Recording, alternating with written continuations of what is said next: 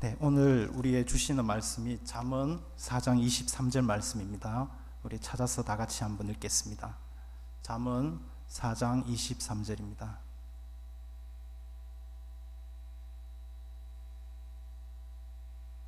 우리 한 절이니까 우리 함께 읽도록 하겠습니다. 모든 지킬 만한 것 중에 더욱 내 마음을 지키라.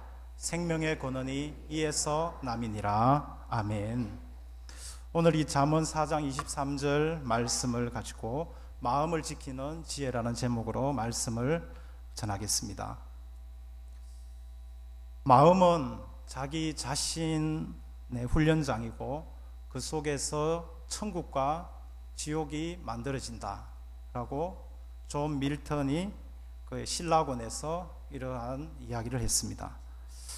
그러니까 마음은 자기 자신을 훈련하는 그러한 훈련의 장소가 되고 또 그 마음에서 천국이 되기도 하고 또 지옥이 되기도 한다 하는 것을 이야기해 주는 것이죠.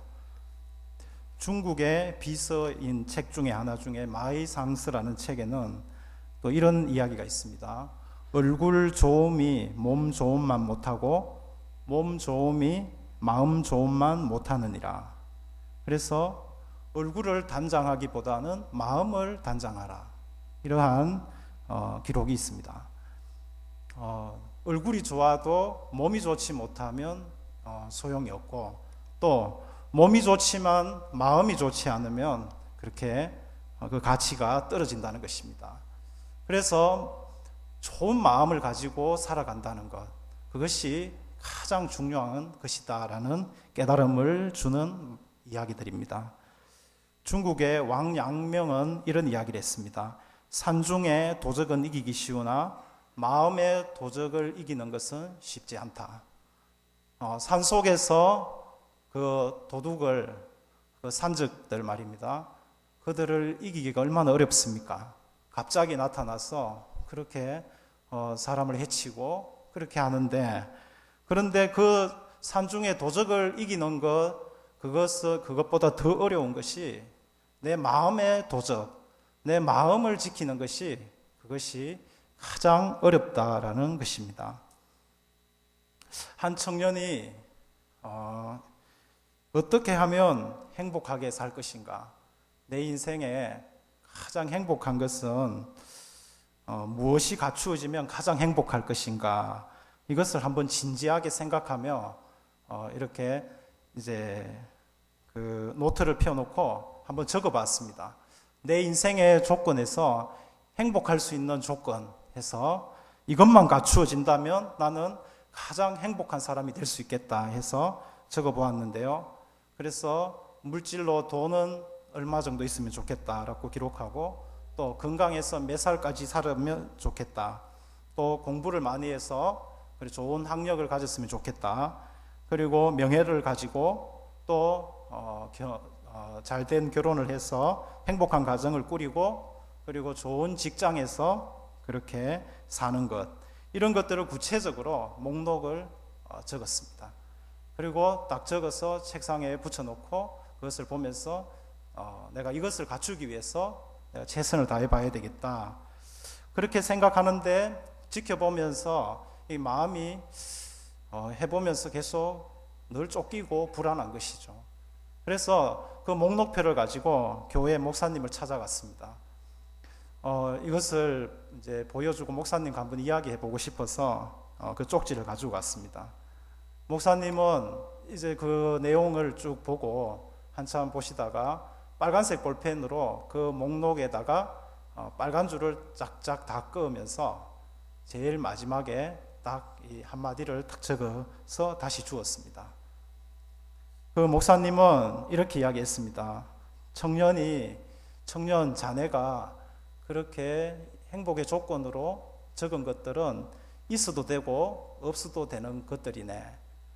인생에서 가장 중요한 것, 행복하게 만드는 것은 바로 이것이라네 하면서 딱 주었는데, 그게 뭐라고 적혀 있는가 하니까 마음의 평안이라고 적혀 있었던 것입니다.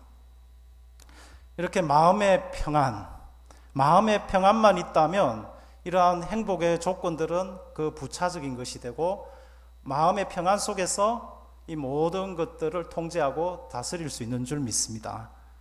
여러분도 오늘 이 수요 예배 가운데 마음의 평안이 오늘 자리 깊이 내려서 그렇게 충만한 그러한 은혜의 시간 되기를 바랍니다. 우리 옆에 분들과 이렇게 인사 한번 해볼까요? 평안합시다. 예. 또 새해를 맞이했는데 이렇게 한번 긍정적으로 인사해 보겠습니다. 잘 되고 있습니다. 은혜 받으면 됩니다. 은혜 받으면 됩니다. 예, 그렇습니다. 우리 마음의 평안, 이 평안만 있으면 우리는 다 다스릴 수 있고 통제할 수 있습니다. 바다에는 엄청나게 큰 배들이 많이 있죠. 저도 이렇게 배들을 살펴보았는데 정말 커다란 그러한 화물차들이 정말 조그만하게 보일 정도로 그 배를 출입하면서 많은 물건들을 실어 나르고 때로는 이제 차 자체를 실을 수 있는 그런 수천 대 이상을 실을 수 있는 큰 배들을 본 적이 있습니다. 그렇게 큰 배들 말입니다. 큰 배들을 움직이는 것은 아주 간단하죠. 그 조종실에 있는 작은 그 방향을 돌리는 방향타, 그 조종실에 있는 방향타 그것으로 이 큰 배가 움직여집니다. 그래서 이쪽으로 왼쪽으로 오른쪽으로 그 배의 그 방향타를 통해서 배가 움직이는 것이죠. 우리 인생도 마찬가지입니다. 우리 인생에 여러 가지 활동들을 하고 또 우리가 정말 큰 마음을 가지고 살아가기도 하고 그렇게 하지만 우리 인생을 운전하는 것은 우리 마음에 있는 이 작은 이 마음이라는 것입니다. 마음을 가지고 우리 인생을 운전해 나가고 있다는 것입니다. 그래서 우리는 이 마음을 잘 지키고 마음을 잘 관리하는 것이 가장 중요하고 가장 우선순위가 되어야 그렇게 살아가는 사람이 가장 지혜로운 삶을 살아가는 사람이라고 말할 수 있겠습니다. 오늘 본문의 말씀은 모든 지킬 만한 것 중에 더욱 내 마음을 지키라. 생명의 근원이 이에서 남이니라 라고 했습니다. 지켜야 할 것들이 얼마나 많습니까?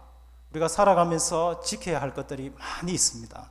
그런데 그 많은 지켜야 될 것 중에 가장 우선순위로 지켜야 될 것이 무엇이냐면 그것이 바로 마음을 지키는 것이라는 것입니다. 여러분, 이 잠언 말씀은 정말 이 짧은 말씀이지만 이 말씀에 깊은 묵상을 해보면 깊은 내용이 있습니다. 제가 잠언을 볼 때마다 항상 그 미역을 생각하거든요. 제가 이전에 이제 미역을 먹고 싶어서 그러니까 미역국을 먹고 싶어서 처음 이제 미역을 끓여봤습니다. 그러니까 제일 처음 미역을 끓였을 때 저는 이제 제가 먹고 또 우리 형도 먹고 하기 위해서 이제 이렇게 한 주먹을 해서 그 냄비에다가 일단 이렇게 불려야 되니까 넣었습니다. 그리고 나서 이제 시간이 지나서 자세히 살펴보니까 그 미역이 제가 한 주먹 정도 지어서 넣었는데 그 냄비를 바깥으로 나올 정도로 가득 차게 된 것이죠. 예. 그러니까 미역이 그렇게 부풀어지는지는 저는 몰랐습니다. 그래서 제가 한 주먹 정도 해서 형하고 둘이 먹으려고 했는데 그 양이 적어도 한 10인분은 되는 양이 되는 거예요. 그렇게 미역이 그 작은 그 압축되어 있지만 그것을 풀었을 때에 그렇게 되는 것처럼 저는 이 잠언 말씀을 볼 때마다 그 미역과 같다. 그래서 이 짧은 한 말씀이지만은 이 말씀을 묵상하면 그렇게 그 안에 하나님의 지혜가 얼마나 가득 들어있는지. 그래서 이 말씀을 준비하면서 다시 그 미역이 생각이 났었습니다. 그래서 이 말씀의 오늘 앞부분에 보면 정말 모든 지킬 만한 것들이 많이 있는데 그 중에 가장 우선적으로 지켜야 될 것이 바로 마음이다. 그래서 항상 마음을 먼저 살피는 사람이 지혜롭다라는 것을 가르쳐주고 있습니다. 여기서 지키라라는 것은 이것은 이제 이 단어를 찾아보면 군인들이 성을 지키는 것, 그때 쓰는 단어를 쓰고 있습니다. 군인들이 옛날에는 다 성을 지어서 그 성곽을 세우고 성을 지어서 그 도시를 보호하고 지켜나갔지 않습니까? 그래서 성은 주로 군사적인 요충지에 가장 중요한 위치에 자리를 잡는 것입니다. 그래서 임진왜란 때에 부산성을 무너뜨리기 위해서 그 왜군들이 얼마나 많이 거기 부산성에 공격을 했는지 모릅니다. 그래서 그런 유적들이 아직도 남아 있으니까 참 보면 놀랍습니다. 또 대구도 마찬가지입니다. 대구성을 이렇게 지금 흔적이 토성 정도로 남아 있지만 예전에는 이렇게 대구 전체를 지키기 위해서 요충지에 이렇게 성을 쌓아두었습니다.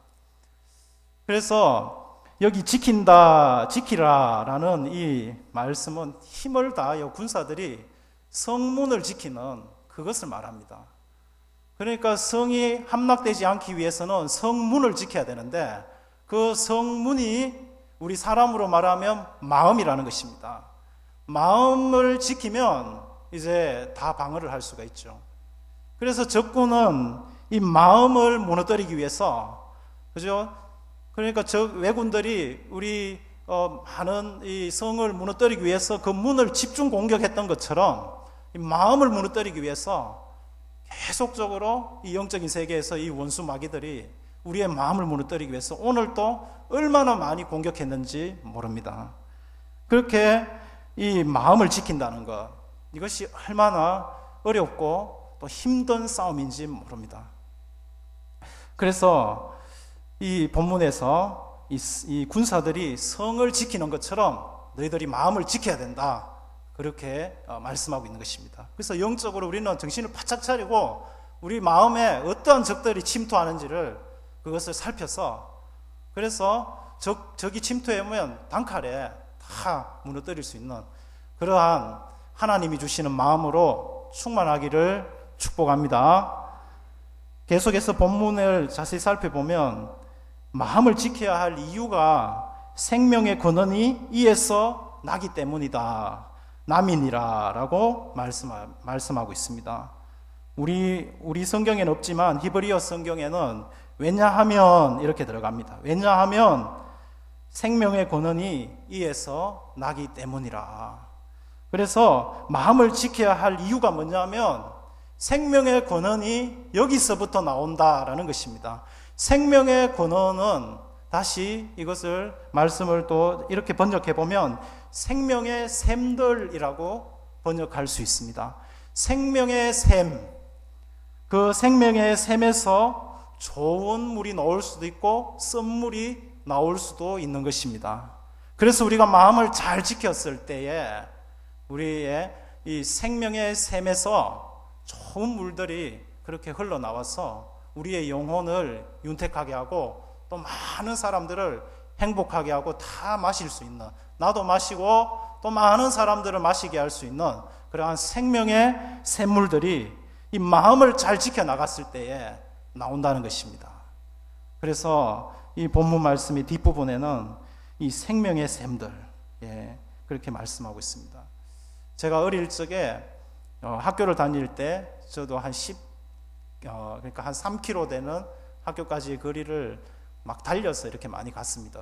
어렸을 때. 그래서 이제 달려서 막 가다 보면 이제 목이 마릅니다. 목이 말라서 이렇게 있는데 먼저 가던 형들이 이야기해 주는 거예요. 저쪽에 가면 시원한 물이 나오는 샘이 있다. 그래서 정말 제가 그곳에 가보니까 이렇게 물이 이렇게 바닥에서 조금씩 이렇게 흘러 나오는데 정말 깨끗한 물이 흘러나오는 거예요. 그래서 그것을 마시고 또 뛰어서 학교 가고 했던 적이 있습니다. 그렇게 우리가 마음을 잘 지키면 그렇게 샘에서 맑은 물이, 정말 그 깨끗한 곳에서 맑은 물이 나오듯이, 그래서 그것을 마시면 얼마나 건강합니까? 그러한 영적인 샘에서 우리 이 마음을 잘 지켰을 때 그러한 샘물을 우리는 마실 수 있고 또 다른 사람에게 나누어 줄 수 있는 것입니다. 자, 그렇다면 어떻게 마음을 지킬 수 있을까요? 마음을 지키는 지혜, 그것은 간단합니다. 하나님의 은혜의 통치를 받으면 됩니다. 우리의 마음엔 항상 두 세력에 의해서 통치를 받을 수 있습니다. 하나는 하나님의 그 은혜가 통치하는 것이고, 또 다른 하나는 죄의 통치입니다. 죄의 지배입니다. 죄의 종노릇하는 것이죠. 그래서 우리 마음은 하나님의 은혜 쪽으로 우리의 마음을 기울이느냐, 아니면 이렇게 죄의 이 어두운 마음 쪽으로 마음을 기울이느냐, 하나님의 은혜에 그러한 긍정적이고 또 생명력 넘치고 활기 넘치는 이쪽으로 내 마음을 선택할 것이냐, 아니면 정말 이 원수 마귀가 배후에서 조종하며 끊임없이 죄를 짓도록 하는 이러한 어두운 마음들, 부정적인 생각들, 염려, 걱정, 근심으로 내가 이 마음을 이쪽으로 틀 것이냐. 우리는 항상 이 기로점에서 이 선택을 두고 있습니다. 오늘 이 수요 예배에 오신 여러분들은 하나님의 은혜의 통치를 받기 위해서, 하나님의 은혜를 사모하는 마음으로 여러분들의 마음을 지키기 위해서 오늘 이 자리에 나온 줄 믿습니다. 그러한 하나님의 큰 은혜가 이 시간에 임할 줄 믿습니다. 청교도 중에 토마스 후크라는 분이 있습니다. 이분이 임종할 때의 한 이야기는 너무나도 유명합니다. 그가 임종할 때에 한 옆에서 지켜보던 한 사람이 이렇게 이야기했습니다. 형제여, 당신은 당신의 노력의 대가를 받을 것입니다. 이에 토마스 후크는 겸손하게 대답했습니다. 형제여, 나는 단지 하나님 앞에 긍휼을 받을 것입니다. 그리고 이렇게 이야기했습니다. 나는 매일 매 시간 은혜를 받았습니다.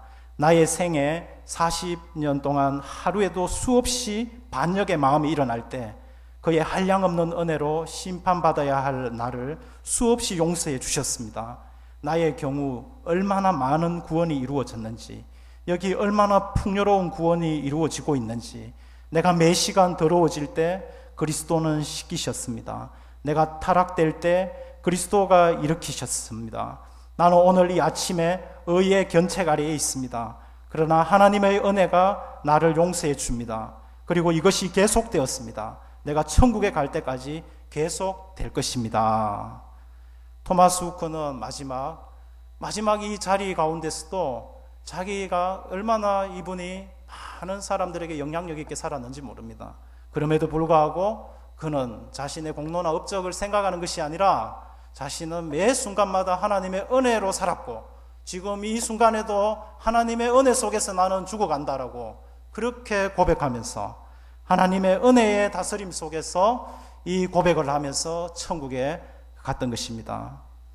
찬송가 310장을 지었던 휘털 목사님, 찬송가 310장은 참으로 우리가 많이 즐겨 부르는 찬송이죠. 이 찬송을 지은 이 휘털 목사님은 미국의 대부흥사였습니다. 그는 가는 곳곳마다 이 하나님의 은혜의 이 강력함을 폭탄처럼 전하며 수많은 사람이 하나님께로 돌아오는 이러한 역사가 있었습니다. 우리가 찬송가 이 310장을 한번 불러보겠습니다. 찬송가 310장.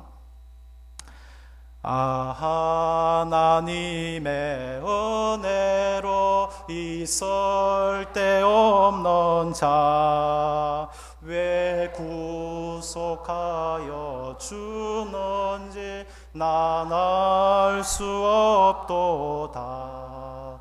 내가 믿고 또 의지함은 내 모든 형편 아시는 주님, 널 보호해 주실 것을 나는 확실히 아네. 아멘. 이렇게 하나님의 은혜의 복음을 선포했을 때에 정말 그 미국 땅에 수많은 영혼들이 하나님 앞에 돌아와 무너졌던 마음들이 다시 회복되고, 그러한 가운데 대부흥의 역사가 있었습니다. 우리 성경의 사도 바울은 또한 고린도전서 15장 10절에서 이렇게 고백합니다. 그러나 내가 나 된 것은 하나님의 은혜로 된 것이니 내게 주신 그의 은혜가 헛되지 아니하여 내가 모든 사도보다 더 많이 수고하였으나 내가 한 것이 아니요 오직 나와 함께 하신 하나님의 은혜로라. 아멘.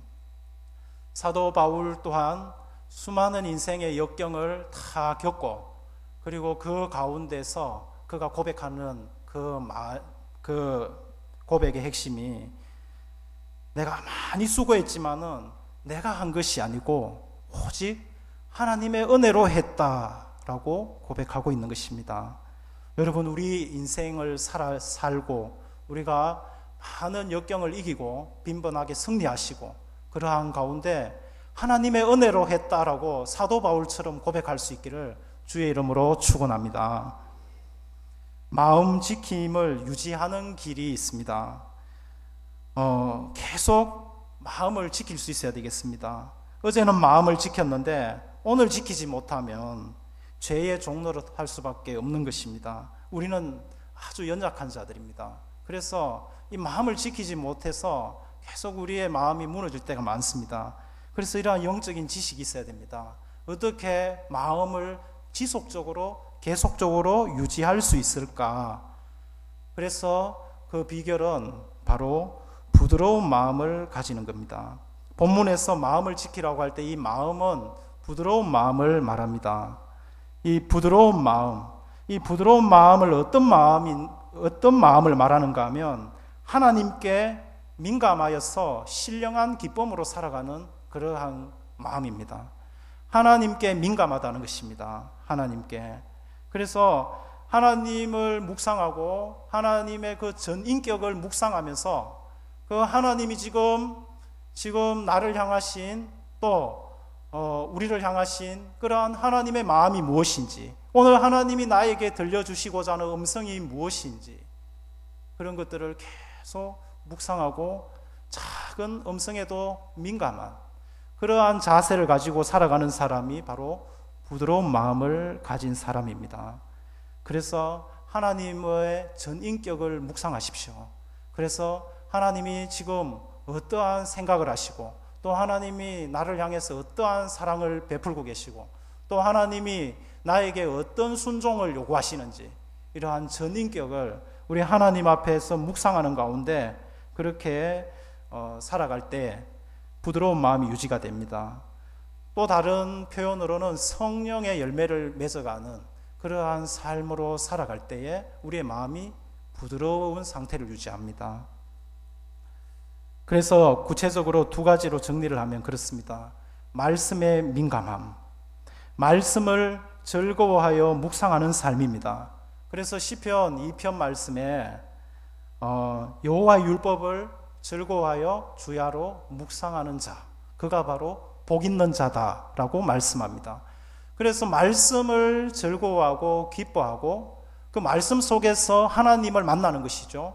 하나님을 묵상하고 하나님을 더 알아가고 하나님으로부터 은혜를 공급받고 시냇가에 심은 나무처럼 그렇게 공급받아서 살아가는 사람, 그 속에서 신령한 기쁨, 정말 넘치는 그러한 하늘로부터 오는 기쁨, 세상이 알 수 없는 기쁨, 그러한 은혜 속에서 살아가는 사람, 그가 바로 부드러운 마음을 가진 자입니다.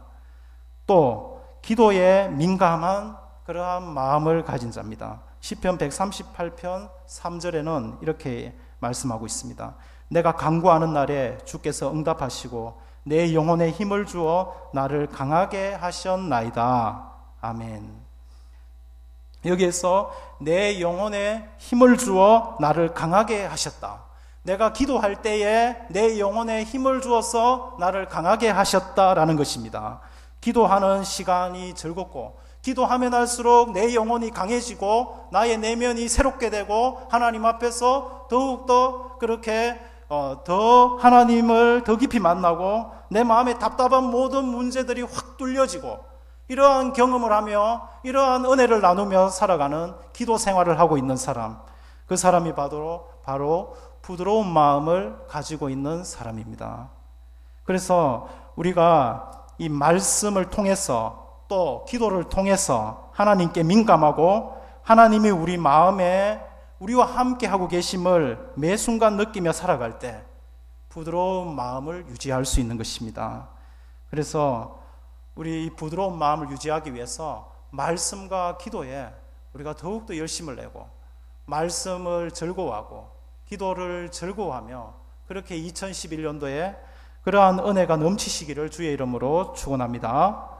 부드러운 마음을 유지하는 길이 또한 중요하겠습니다. 부드러운 마음을 유지할 수 있어야 되겠죠. 부드러운 마음을 유지하는 것이 쉽지가 않습니다. 죄를 지으면 이내 딱딱한 마음으로 굳어져 버리기 때문인 것이죠. 그래서 죄를 지은 습관이 오래된 것일수록 굉장히 딱딱해지고 굳어진 마음을 우리 마음에 가지게 되는 것입니다. 그래서 우리 이 부드러운 마음을 유지하는 것, 이것 또한 만만치가 않습니다. 그래서 또 우리는 이 말씀을 통해서 다시 한번 영적인 지식을 가지고 나아가야 되겠습니다. 굳어진 마음을 어떻게 부드럽게 할 수 있을까? 우리가 굳어져 있을 때가 많습니다. 그때 어떻게 다시 부드러운 마음을 회복할 수 있을까?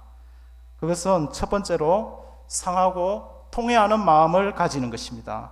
상하고 통회하는 마음, 시편 34편 18절에 보면 여호와는 마음이 상한 자와 가까이 하신다고 했습니다. 상한 마음을 가지고 하나님 앞에 나오는 사람, 그를 가까이 하신다고 하셨습니다. 그래서 상한 마음을 가지고 그리고 중심으로 그 마음에 통회하는 마음을 가지는 것입니다. 시편 51편 17절에도 하나님께서 원하시는 제사, 하나님이 기뻐하시는 제사는 상한 심령이다라고 말씀하고 있습니다. 그리고 중심에 통회하며 하나님 앞에 나오는 자, 그 예배를 하나님이 받으신다라고 말씀합니다. 상한 마음은 이 자신의 내가 하나님 앞에 얼마나 큰 죄인인지를 깨닫고 그 죄를 각성하며 하나님, 이 죄 때문에 하나님과의 관계가 깨어졌다라는 것에 대해서 마음 아파하는 그러한 마음을 가지고 나오는 것입니다. 정말 우리도 인생을 살아가면서 많은 슬픔이 있습니다. 가장 슬픈 것이 뭐냐면 하나님과의 관계가 단절되었다, 하나님과의 교제가 끊어졌다, 그때가 우리가 가장 슬퍼야 될 줄 믿습니다. 그래서 상한 마음은 바로 이러한 마음이 회복되는 것입니다. 하나님과의 관계를 가장 소중히 여기며 하나님과의 그 관계가 내가 지금 그 관계가 좋지 않다, 하나님과의 교제가 지금 시원찮다, 그것을 마음에 두고 아파하며 기도할 때에 하나님은 가까이 하시는 줄 믿습니다. 그래서 청교도 좋은 번역은 이렇게 통회하는 마음을 이렇게 정의했습니다. 통회하는 마음, 우리 같이 한번 읽어보겠습니다. 시작. 통회하는 마음이란 뉘우치는 마음이다. 자기가 하나님을 대적하여 죄를 지었다는 사실과 그로 말미암아 자신의 영혼이 큰 해를 입게 되었다는 사실 때문에 쓰라리로 근심하고 달랠 수 없으리 많지 슬퍼하는 마음이다. 아멘. 농사를 새로 짓기 위해서는 밭을 갈아야 됩니다. 이전에 이 논농사를 많이 했을 때, 그죠? 그 밭을 쟁기로 이렇게 갈지 않습니까? 밭을 최초로 이렇게 갈면 이제 이 갈아엎는 이 자체가 상한 마음을 갈아엎는 것입니다. 그리고 이 갈아엎고 나면 이렇게 덩어리가 져 있습니다. 그것을 뭐 괭이나 또는 다른 도구를 사용해서 잘게 부수는 것이 통회하는 마음입니다. 그래서 이 비유를 잘 기억하시면 되겠습니다. 밭에 하나님의 은혜를 심기 위해서는 우리 마음밭이 잘 준비가 돼야 되는데 우리가 마음이 딱딱해져 있고 굳어져 있으면 그 은혜를 심어도 그 은혜가 자라지 못합니다. 그래서 마음을 갈아엎어야 되죠. 그것이 상한 마음, 그 갈아엎었는데 덩어리가 있습니다. 그것을 잘게 부수어야 됩니다. 그렇게 나면 이제 부드럽게 되고 거기에 물을 공급해서 거기에 모내기를 해서 그렇게 벼가 자라는 것입니다. 사랑하는 여러분, 이렇게 딱딱한 마음은 상한 마음, 통회하는 마음, 이 마음으로 하나님 앞에 기도하며 나아갈 때에 딱딱한 마음이 부드러운 마음으로 회복되는 줄 믿습니다. 또한 성령의 인도하심이 확실합니다. 둘째로 이 부드러운 마음을 지속하려면 성령의 인도하심을 받으면 됩니다. 에스겔서 36장 26절에서 27절 말씀을 함께 읽겠습니다. 또 새 영을 너희 속에 두고 새 마음을 너희에게 주되 너희 육신에서 굳은 마음을 제거하고 부드러운 마음을 줄 것이며 또 내 영을 너희 속에 두어 너희로 내 율례를 행하게 하리니 너희가 내 규례를 지켜 행할지라. 아멘. 새 영을 새로운 영을 너희 속에 두고 새 마음을 너희에게 준다. 여기 새 영은 즉 바로 성령을 말합니다. 성령이 우리 안에 거하시고 그리고 성령께서 우리에게 새로운 마음을 주십니다. 그렇게 되면 우리 안에 굳었던 마음들이 제거되고 그렇게 성령께서 새롭게 하시는 성령이 주시는 마음이 가득 차게 되면서 이 굳은 마음이 제거되어 버리는 것입니다. 그래서 우리가 지속적으로 우리가 이 부드러운 마음을 유지하며 마음을 지키기 위해서는 성령의 인도하심을 받고 성령을 쫓아 살아갈 때에 우리의 마음이 계속적으로 부드럽게 유지되어서 그렇게 살아갈 수 있는 줄 믿습니다. 사랑하는 여러분, 우리의 마음은 전쟁터입니다. 하루에도 수천 번, 수만 번 전쟁이 일어나고 있습니다. 마음에서 일어나는 일들을 잘 알아야 됩니다. 오늘 말씀은 이런 점에서 지혜를 줍니다. 지금도 우는 사자처럼 돌아다니며 마음을 무너뜨리려고 하는 이러한 원수 마귀의 공격 앞에서 이 적군이 이 성문을 무너뜨리기 위해서 집요하게 공격하는 것처럼 오늘 이 시간에도 우리 마음을 집요하게 공격하고 있는 이 원수 마귀의 모든 괴계 앞에서 우리가 이것을 이기고 나아갈 수 있는 것은 바로 이 마음을 지킴으로 인해서 성령의 능력 안에서 또 상하고 통회하는 마음을 가지고 하나님 앞에 나와 예배드리는 가운데 그러한 가운데 우리는 마음을 지키며 계속적으로 부드러운 마음으로 살아갈 수 있는 것입니다.